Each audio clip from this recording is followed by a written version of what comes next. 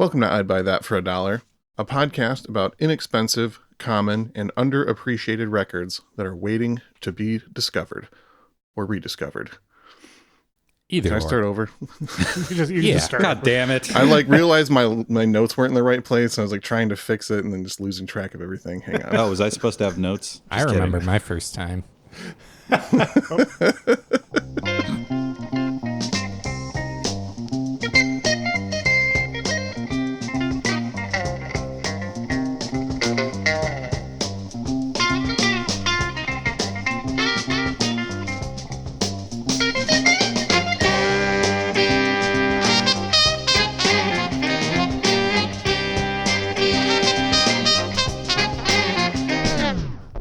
Welcome to I'd Buy That for $1, a podcast about inexpensive, common, and underappreciated records that are waiting to be rediscovered. I'm your perfect host and professional sympathizer of inanimate objects, Sean Hartman. I don't understand. What does that mean? You don't have to understand. Okay. I'm guessing it somehow ties into the episode. Maybe just slightly, and I'll tell you about it later. Fine. I'm co-host Jeremy, and I'm not as clever as co-host Sean, but I am now the caretaker of 12 royal Korgis. R.I.P. Queen Elizabeth. Oh, wow. Well, You told me you were going to make an off-color joke. I don't know if I would call that off-color. That's like the slightest off-color joke I've ever heard. I had to be very respectful. It's the queen. This will age very well. I am co-host Peter Cook, and I am a big fan of bands that contain a member who share a name with a cult film directors. Oh, I've always said that about you. usually comes up when I'm introducing Peter, yeah. Yeah, this is what he's into. And Peter and I are in Chicago. And why is that? Yeah, why are we here, Jeremy? Why are we here? It's because we're with another guest. Guest, show yourself. I'm kind of the only guest, right? That we're aware of as That of we're now. aware of. The only guest we gave a mic to. Fair. Well, we're going to have a bunch of folks trying to make themselves guests. We are on a busy street in Chicago. I'm hearing people walk by and yelling. I'm hearing car horns. But yes, I'm the only one with a microphone. And who are Sorry. you, good sir? Not important. Depends on the day. Are you my therapist? Hey, my name is Scott Shaaf, and I am the co-owner of Pinwheel Records here in Chicago. Oh, I think we've been here before. This is a little bit of deja vu. Yeah. You guys were here 140 episodes ago. That's exactly the number I had in my head. He's been counting. Yeah, it's true. No, we all got together a few months before the pandemic. It was February 29th, 2020. So Wow, it was okay, a few okay. weeks, couple weeks Yeah. before it really, Okay. before lockdown. Yeah, that was a lifetime ago. Mm-hmm. But we had a great time. Well, I had a great time. I'm not going to speak for you guys. We had a great time. Wonderful time discussing the masterpiece that is Sports by Huey Lewis and the News. We are sitting right next to the sports section that still lives on here. If you need a copy of Sports, this is the store to come to. Yeah. Can confirm. Plenty of sports here. Huey Lewis is sports and otherwise, certainly. Yeah. You do have a few other records here. I was marveling at the Eazy-E record on the wall just moments before we started here.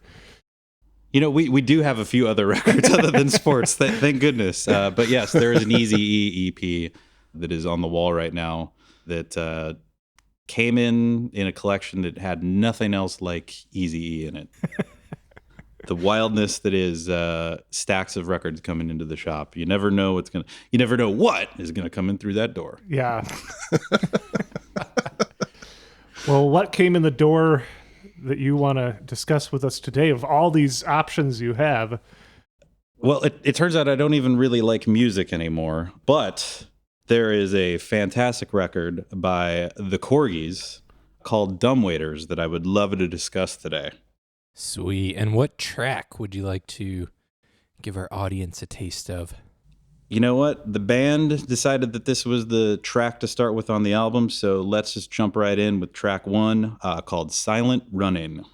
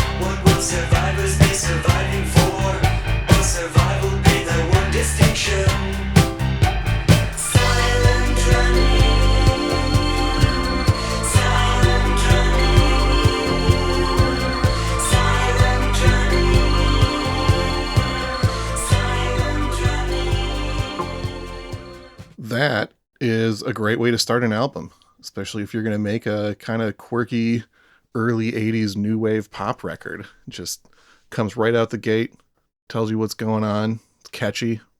I was sold on track 1 when I heard this the first time, just a couple short weeks ago. I am a failed bass player, failed musician. I don't even know if I want to say musician at all, but a guy who owns a bass guitar. How about that? As a bass player, a guy with a bass, how can you not love that first track? I mean, that bass line kills. I love it. Yeah, a lot of great bass lines. I gotta say, my first time listening through this album, it didn't immediately grab me. And then I was rifling through some internet videos and I happened upon a performance. It was their first performance on Top of the Pops. They did their song If I Had You from their previous record, and it sounded like a Mojave 3 song to me, and I was just like, that just pulled me in, and somehow after that, I enjoyed this album more. And I think just repeated listens. I feel like this is not for me at least, it wasn't like an immediate like, oh wow thing. It was more of like a grower. I think it airs ever so slightly on the more into the quirky than you might initially enjoy, Jeremy. True. But there's still enough strong songwriting there that once you recognize the song, you can enjoy it for what it is. Grower is the term that I was absolutely going to use too. When this was introduced to me years ago, I mean, I'm jumping ahead a little bit, but there's a big hit on it, or what kind of was a big hit at the time, or a semi-hit, and had a second life certainly later on. That was the track that I knew, which doesn't really sound like much else on the album. So yeah, that was quite a surprise, and yeah, it took a while for it to really hit for me. I'm also not like, I think it's fair to kind of call this a new wave record or early new wave or whatever. That was never like my area of expertise or fandom. More so now, certainly. But man, yeah. Starts off strong. I love it. It's great. And this album is 1980? Yes, yeah. And a UK album from 1980s. yeah, right? Yeah. You can definitely tell. It's their second record, British band. They, the two kind of main members of the group were actually in a band called Stackridge, which was like an early 70s, I don't know, like light prog, kind of folk, kind of whatever. Really hard to categorize band. I would categorize Stack Ridge as they sound like a 70s version of the Beatles if Ringo had been the primary songwriter. Oh, wow. I like it. I think I'm going to give that to you. All right, Also, perfect. if I not that anybody needs my endorsement at all. If I'm not mistaken, too, I think, going full circle here, I think George Martin produced one of the Stack Ridge records. That's true. He produced the 1974 album Man in the Bowler Hat, which came out in America as Pinafore Days. Yes, and that record actually kicks ass. I don't know if you guys got a chance to kind of dig into that in your research here, but yeah, that's a really good record. The only thing I know about it is that it is not George Martin's favorite album that he ever produced, because that would be the Paul Winter Consort's Icarus, as we learned recently. That's fair. That's fair. Yeah, I found Stack Ridge, certain songs I was like, this rips, and then other songs I was like, this is very 70s rock. Yeah, that's fair. And I think an argument could be made that, this Korgis record, Dumbwaiters, is an amazing EP and a good album. I mean, I do love it. And I think that first half, the side one, is pretty much all rippers. Yeah. It slows down a little bit on side two, but I guess we're jumping ahead here just a little bit. But yeah. I think Stack Ridge is an important part of their story because the Korgis feels like a reaction to their time in Stack Ridge, where they were touring constantly with Stack Ridge. They actually opened the first Glastonbury Festival. Isn't that wild? Which is, yeah, very wild. And they were like 19 and 21 when they started with Stack Ridge. And yeah, they just got tired of touring. They were not able to garner much of an audience because they were so eclectic and strange and would have these 7-minute jams. So the Korgis feels like kind of a reaction to that. And they've said as much. I was reading interviews with them that they wanted to make pop music and they wanted to work in a studio and not have to play a bunch of shows. And that kind of backfired on them. They had some success on the charts, but never really hit big. And they never toured the U.S. And I think if they tour a couple times in the 80s, we talk about this band differently. Tough to say. I think they've kind of acknowledged that as much in recent years. But yeah, they're not the Beatles. They can't just decide to retire from touring and still sell millions of records. It didn't quite work out that way. Yeah, well, I'm surprised they're not even as well known as, say, Squeeze, one of their contemporaries. Yeah. We were talking kind of before we started here. We have to rely, especially in the kind of pre-streaming days, we have to rely on cool friends to introduce us to a lot of stuff. You know, none of us just like magically became fans of some obscure band. Somebody had to kind of tip us off a little bit. I am fortunate to have had to have a very cool friend. Shout out to Carrie Tucker of Einstein's Sister, excellent power pop band. You guys should check out, please. But Carrie, he introduced me to the Korgis. He actually, at the exact same time, he burned me a copy of this album and also of that Stack Ridge record that we were talking about. And he's like, "You're gonna love this." And it took a minute, but he was totally right, and I'm very grateful for that. He also introduced me to a lot of other amazing stuff that makes me seem cooler than I am. Yeah, I had never heard of this group prior to you saying that you wanted to. This was your selection. Hey, same here. But he knew that I liked Squeeze. That's kind of trying to bring that back here. He knew that I liked Squeeze, probably because he introduced me to Squeeze at some point. So he's like, "Okay, yeah, you like Squeeze. You're gonna definitely like this Korgis record." And yeah, he wasn't wrong. Did John Cale ever produce any Korgis records? No, I don't think so. I don't think Elvis Costello did either. Or did any of these members go on to host popular shows? No, I yeah, Late Night with James Warren. Yeah. Everybody knows that show, right? No. Jules Holland was in Squeeze, for those who don't know. Yes. Thank you for explaining. It's helpful. Yeah, those Squeeze records are great, though. Yeah, they are. I was also unfamiliar with the Korgis before my cool friend Scott told us about it. And then when I was listening to it, though, when the hit song played, Everybody's Gotta Learn Sometime, I was like, Jumping ahead. I'm jumping ahead a little. Yeah.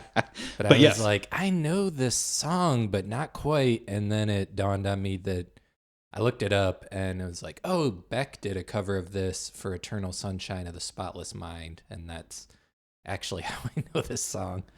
It's true. Yeah. And so that's I think where a lot of people kind of discovered the Korgis.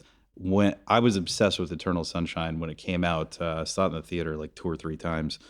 And Beck's version of that song is amazing. And I didn't know anything about it. I wasn't really paying attention to the end credits to see who, got the songwriting credit. Just assumed here's a great Beck single that I'm going to love. And I think that's when I was talking to my friend. I was like, yeah, did you see that movie? How about that? The soundtrack's really good. John Bryan is all over it, who was amazing. And he said, oh, yeah, he's covering the Korgis there. Like, huh? What? And, so that's where we kind of got into it. Yeah. Sean, what do you say? Let's jump in. Why don't we play Everybody's Gotta Learn Sometime? Sounds like the perfect transition. This is side A, track 5.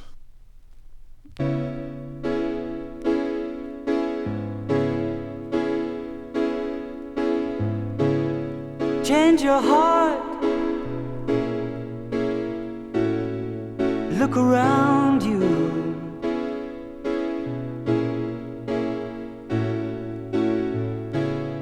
Change your heart. It will astound you.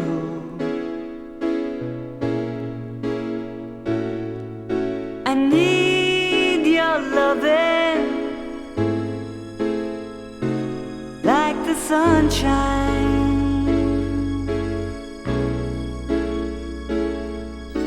And everybody's gotta learn sometime. Everybody's gotta learn sometime. Everybody's gotta learn sometime.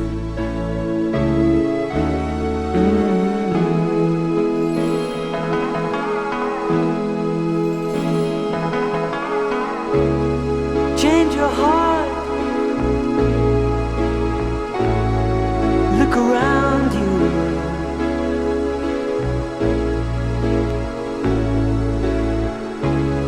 Change your heart. It will astound you.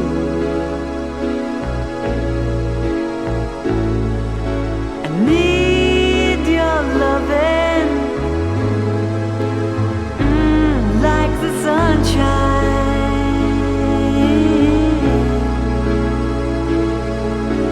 And everybody's gotta learn sometime. Everybody's gotta learn sometime. Everybody's gotta learn sometime. Man, that track. That song should be the biggest song in the world. It's so good. And it's their biggest song, but that's about as commercial as they get success-wise, right? Yeah, I want to say it was like, number 18 on the charts? Something like that. Yep. And again, if they had toured at all, especially in the States, I mean, I think that's something you'd hear on, the 80s stations today still, all the time. They certainly were predicting a lot of 80s new wave musical trends with this record. They're a little ahead of the curve. It makes sense that this got big, and wish they could have ridden it out. Yeah.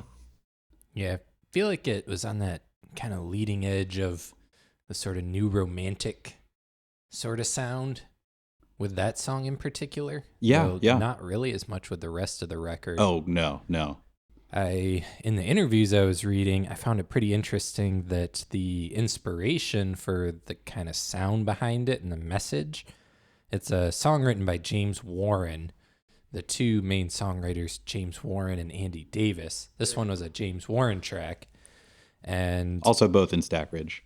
these were the same two that were in Stack Ridge together. We finally named them. We finally named them. James had a strong interest in Buddhism at this time, and he saw this as like a message of kind of the universal Buddhist views on humans' relationships with each other. I've always said that about this song. Yeah. Always. No, but it makes That sense. was what drew you into it initially. Yeah, exactly. Yeah. During my Buddhist phase. Well, and that would make sense using it in Eternal Sunshine of the Spotless Mind. Fair enough. Yeah. I mean, it was a brilliant pick. I don't know whose idea it was for Beck to do that track, but I don't know. You put Beck and John Bryan together, and magic tends to happen. And I mean, I love the original, but I don't know the original without that appearance. And I think it's the same way for a lot of folks. And it still has staying power. I mean, people still love that movie, of course.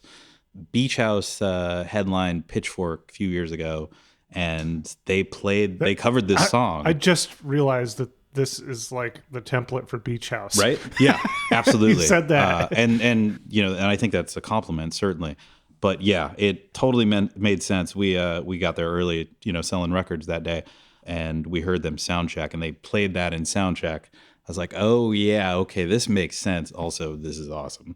There's one song and band that I kept thinking about in comparison to these guys, and I feel like this song has to be at least a little bit influenced by the big 1975 hit "I'm Not in Love" by 10cc. Hell yeah. Yep. Oh yeah, absolutely. Well, and fittingly, when I was checking them out on Spotify, the first thing to play afterwards was Godly and Cream Cry, you know, Godly and Cream being from 10cc. Yeah, and also I feel like the Korgis' biggest and only hit, Everybody's Gotta Learn Sometime, is kind of like a cross between 10cc's "I'm Not in Love" and Godly and Cream's "Cry." I can see that. Perfect meeting place between the two. Yeah, absolutely. Yeah. And those are the biggest hits for each group, and not necessarily similar to a lot of the other stuff that they recorded. So there's a lot of interesting parallels between these guys. It's a good point. And I've always loved the production in that 10cc track. It's so good. Very ahead of its time, I think. And the production on this record I think is really strong too. It's produced by the band and also David Lord. David Lord, quite a character. He did a lot of production. He produced some Peter Gabriel stuff, including his fourth album, Security, I suppose, here in the States. He did XTC, The Big Express. He worked with Kate Bush. He worked for Tears for Fears. He actually worked with Tori Amos later. He did some production for The Pretenders, Echo and the Bunnymen. He's done all kinds of stuff. Still active, I believe. However, I would argue that the most interesting fact about Mr. Lord here is back in 2015, he was convicted of running a brothel. Oh, wow. As one does. He somehow didn't go to jail. He, I guess, in his years doing this, he made about $160,000. But he promised that he'd pay it back, so he didn't go to jail. So he's got that Korgis money coming in, I imagine. And he'll be just fine, you know. But David Lord, what a character. Yeah, I didn't know we were going that route. Oh, we're going that route. We got to have a good sex scandal mixed into a podcast episode, if I know anything. Oh, yeah. I'm sure there's more there, too. That seems like the kind of thing that happens when, you know, a powerful politician was perhaps a visitor of the place, and he's like, how about you let me off instead of Yeah. starting that conspiracy here. You just give us a thin promise to kind of do better. Yeah. Well, and I think it's interesting. Peter Gabriel does get a thanks in the liner notes for Dumb Waiters. I am not sure exactly where that comes from. Hopefully a listener, can clue us in on that, but I couldn't find anything in my research. I don't know. Maybe they're just going for some cred. Like, hey, yeah, we're friends with Peter Gabriel. He's cool, right? He was in Genesis. I imagine Stackridge and Genesis had to play shows together back in the day. That makes seems perfect like a sense, perfect right? Pairing, yeah. Yeah. And Peter's another guy that, came from like a prog-related kind of weirdo band into making these 80s pop hits. Absolutely. Yeah. Yeah, and he was like top of the pile at this point, 1980. I found the relationship between Andy and James, the two main songwriters, to be pretty interesting and fractious as well. Did you want to talk about that or should I? Please go ahead. Yeah, during this album, Andy was actually supposed to sing on a few of these songs, and he just walked out of the sessions and left James Warren to sing pretty much every song in this I think every song in this album. And Andy only provided some background vocals, and then he quit the band, and the band kind of broke up, but James Warren put some other people around him and released James Warren and the Korgis material. Yeah, the person I was alluding to with my introduction was Stuart Gordon, who I believe is on this album. Yeah. Yeah, he is the violin and acoustic guitar player on this album. Ah, okay. Yes. And there's also Phil Harrison on keys and percussion. And that's the main core of it there. Stuart Gordon was not this Stuart Gordon, but it was another Stuart Gordon was the director of the cult classic Reanimator. Ah. It's from Beyond, and then had involvement with everyone's favorite Honey, I Shrunk the Kids. You are so Peter that it's adorable. But Andy and James, they butted heads in Stack Ridge, and Stack Ridge ended up breaking up.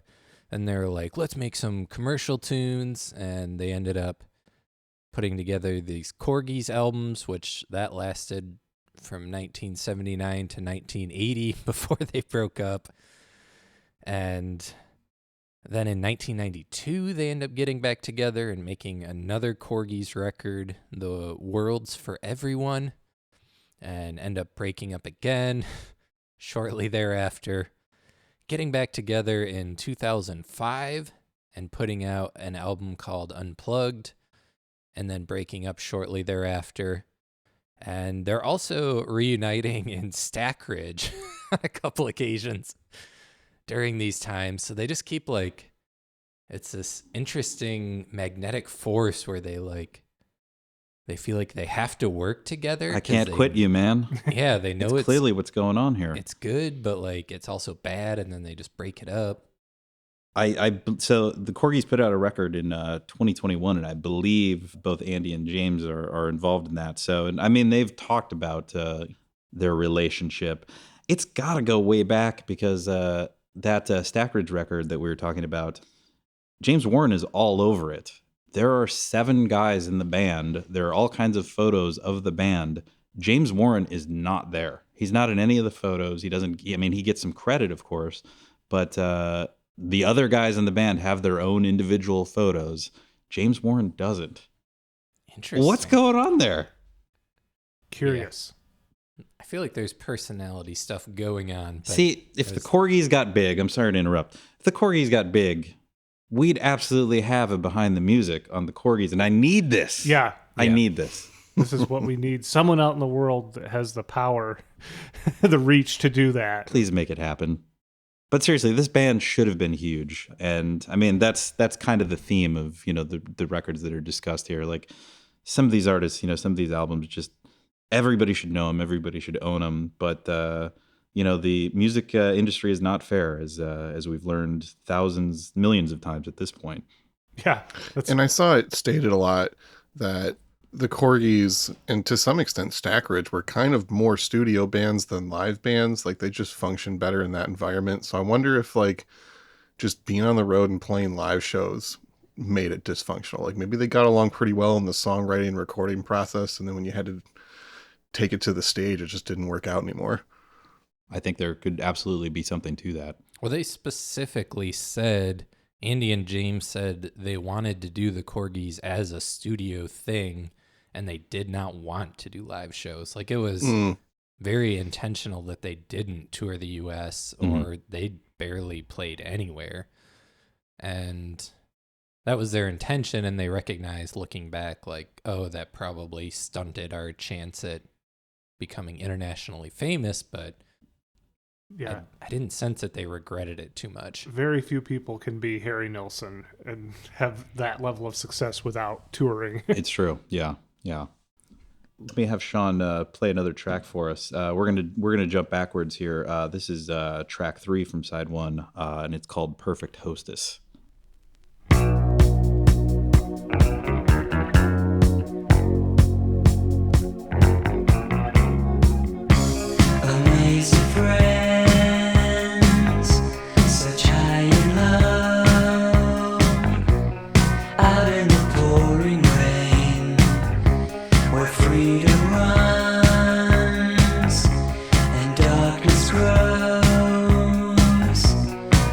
about anything.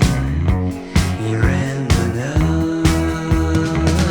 Be the perfect hostess, the modern wife. When you're coming rose, they come out at night. They'll never get excited. Let them all believe you are the perfect hostess.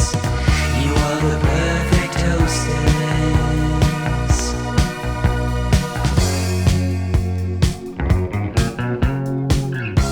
Amazing friends, you're lots of fun, smiling at everyone. Just be yourself. You hold your own. Talk about anything. They're going home. Be the perfect hostess, the modern wife. You and your common rose. They come out at night. They'll never get excited. Let them all believe you are the perfect hostess. Melodically, that, and even vocally a little bit, I was hearing a little George Harrison there, maybe. That one. Definitely. Yeah, I can hear that for sure. It's another track too where like bass is kind of the star of the show, which is again maybe why I'm kind of drawn to this record. This record is all over the place. You know, again, that's first side is incredible. There's a track, the fourth track is called Drawn and Quartered, and it sounds like, I mean, it's like a disco, like it's a Giorgio Moroder track almost. Like it's crazy. I was debating whether or not, you know, we play that, but that's a tease. You know, everybody go check out this record and make sure you listen to that track Yeah. because it's wild. I hope does it resemble the feeling of being drawn and quartered? No. Nothing like that. I've experienced both. And no, it's not the same. I'm gonna say I can't offer too much in my experience there. And side two, there are some great songs for sure. There's some more new wave jams. There's like a total ballad that it's good, but you know, it does. I don't know if it quite fits in the rest of the record. And again, I'm jumping ahead here a little bit, but the last track is called Rover's Return, and it's an instrumental. And I swear Gene Belcher must have heard this track because he's very influenced in his work. If we've listened to Gene Belcher from Bob's Burgers, I was going to say, isn't that yes, from Bob's Burgers? Yes, you know, his synth work is certainly influenced by Rover's Return, the last track. But it is, again, it's an instrumental. It sounds nothing like the rest of the record, and it was still released as a single, which I don't know what was happening there. I don't know what drugs Asylum Records was on, but man, it's wild. Well, it was released as a Christmas single, wasn't it? You tell me. Yeah, because you thought I was an expert on this, and I have no idea what I'm talking about. Well, I think I watched that song like on a YouTube video, and it had a 45 sleeve. I was like, wait, this was a single, and then I like looked it up, and yeah, they released, it looks like two different Christmas singles. One with them doing the song "We Wish You a Merry Christmas" with the title track "Dumb Waiters" as the B side, and then they did another version of it with Rover's Return as the A side, and "Wish You a Merry Christmas" as the B side. See, if I saw a release called the Korgis with a Christmas song, I would just assume it was dogs barking Christmas music. Well, spoiler alert, it's not Christmas music, but there might be some dogs barking in Rover's Return. Yeah. It's cute enough to be Christmas music. Also, the 45 sleeve is adorable. It's just 3 corgis sitting underneath a Christmas tree. Oh, man. Somewhere there's an Etsy store that just had a great idea for a Christmas card. Put it on a t-shirt, I'd buy it. For $1. Yeah. Oh, I get it. Sean, what would you buy for $1 that sounds like the Korgis? Well, first up, I would definitely buy Godley and Cream's Freeze Frame from 1979, which features one of my favorite songs by them, a real creepy number called "I Pity Inanimate Objects." Oh, your title. Yeah, such as Dumb Waiters. Inanimate Objects. So that album has a lot of similarities to this in that it's very quirky and is kind of looking forward to the 80s new wave sound.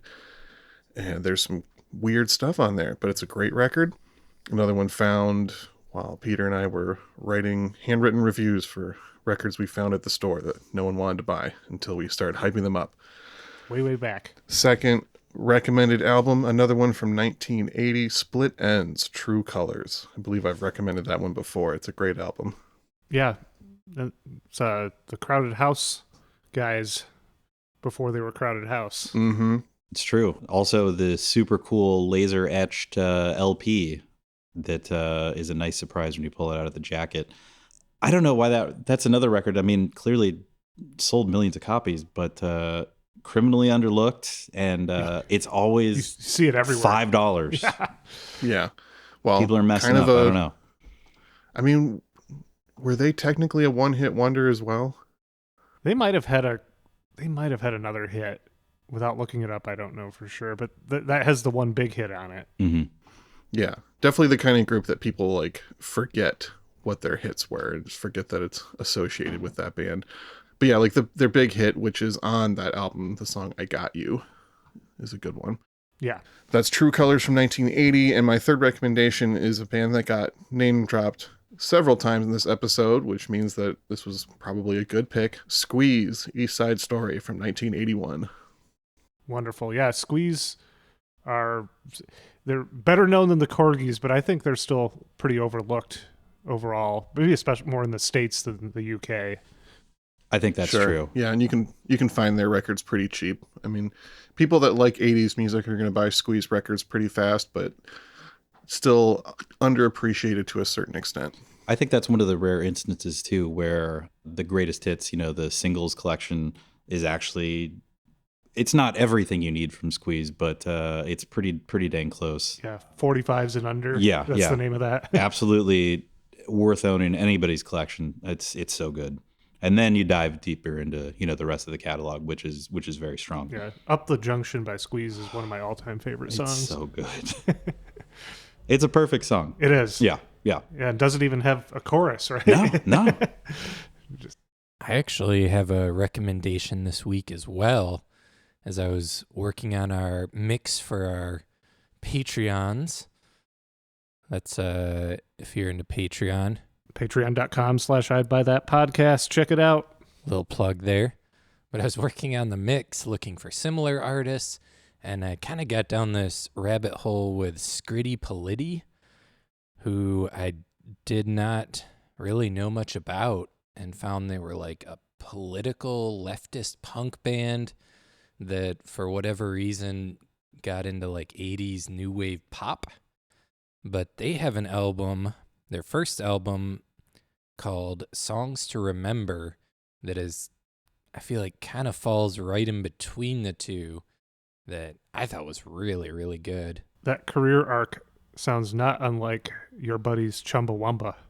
Oh, yeah, very much in the Chumbawamba mold, or I guess Chumbawamba would be in their mold. Yeah, they would have followed that. The KLF, stuff like that. Yeah. Yeah, so I would recommend that one as well if you're into these tunes. It's definitely a similar flavor, poppy, catchy, a little new wavy, but there's like more depth to it than some of the more poppy stuff.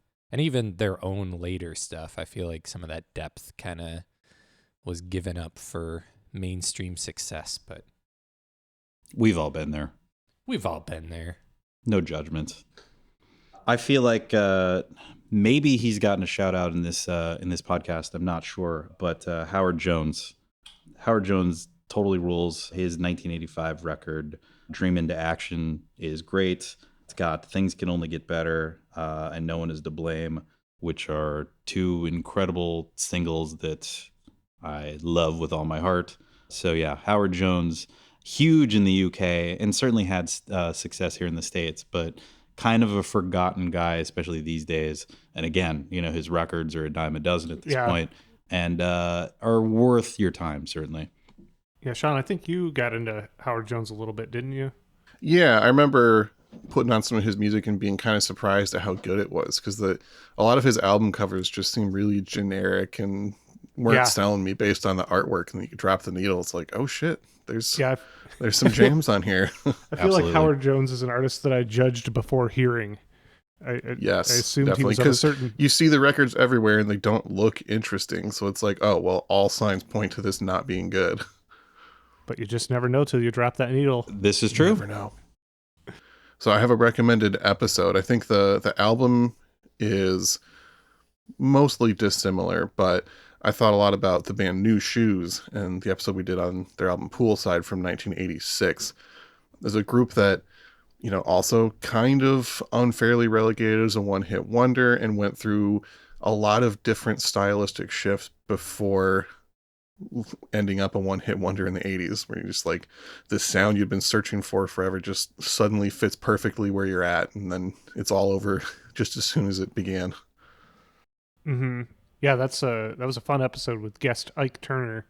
So yeah, recommended to check that one out for our listeners. And Scott, while we're here in your wonderful Pinwheel Records store, is there anything else you'd like to discuss regarding how you do things here? We're here in the Pilsen neighborhood in Chicago. We've been here 7 years. We're grateful to have survived the last 2.5, 3 years, thanks to some of our awesome customers. We're still here. Check out our website, pinwheelrecords.com. Our Instagram is kind of where we do most of our stuff. That's just at Pinwheel Records. But yeah, we're always trying to post cool stuff. If you're not local, we're happy to ship to you. And, we're always happy to have your support, and we'll do everything we can to come through for you for whatever you're looking for. Also, it's not actually Pinwheel Records for the month of October this year, is it?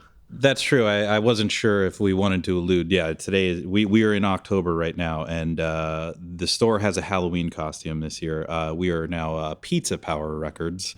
Oh, wow. Yeah, we've got some nice displays courtesy of Kim and our friend Jess. They've done some awesome work. Also, shout out, we have a giant Michelangelo action figure from our friends at Toy du Jour here in Chicago. Please check them out as well.